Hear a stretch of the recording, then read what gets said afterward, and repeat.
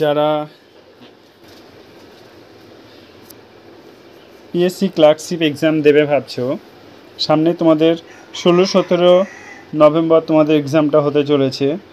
So তাদের জন্য বলছি, এটা ভীষণ গুরুত্বপূর্ণ। কিভাবে তোমরা প্রমোশন হবে, কত দূর পর্যন্ত যেতে পারে, আমি সব ডিটেলসে বলবো আজকে তোমাদেরকে। ওকে, পশ্চিমবঙ্গের পাবলিক সার্ভিস কমিশনের ওয়েবসাইট তথ্য অনুযায়ী 7,14,413 জন ফর্ম ফিল আপ করেছেন। তার প্রতিযোগিতা যে কঠিন হতে চলেছে সে বিষয়ে সন্দেহ নেই।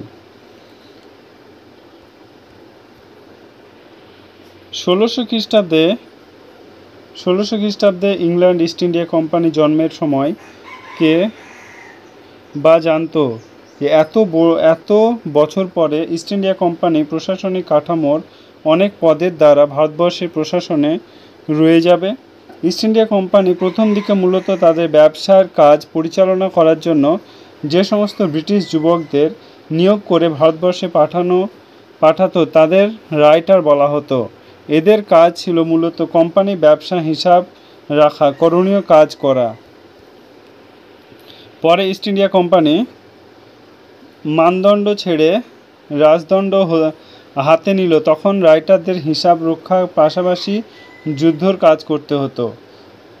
লর্ড রবার্ট ক্লাইভ তেমনি এক যুবক, যিনি রাইটার কাজ নিয়ে ভারতে এসে দেশের গভর্নর জেনারেল পর্যন্ত হয়েছেন। ইস্ট ইন্ডিয়া কোম্পানি অবলুপ্ত পর রাইটাররা হয়ে গেলেন ক্লার্ক। বর্তমানে লোয়ার ডিভিশন ক্লার্ক পদে নিয়োগ হয়, যাকে আমরা বলি ক্লার্কশিপ পরীক্ষা বলি। এরপর প্রমোশন মাধ্যমে আমরা upper division clerk, head clerk, এমনকি যারা বিভিন্ন দপ্তরে সেক্রেটারি যোগদান করেন তারা যুগ্ম সচিব পর্যন্ত প্রমোশন পেতে পারেন। সো ভালো করে পড়াশোনা করো, সামনে তোমাদের পরীক্ষা।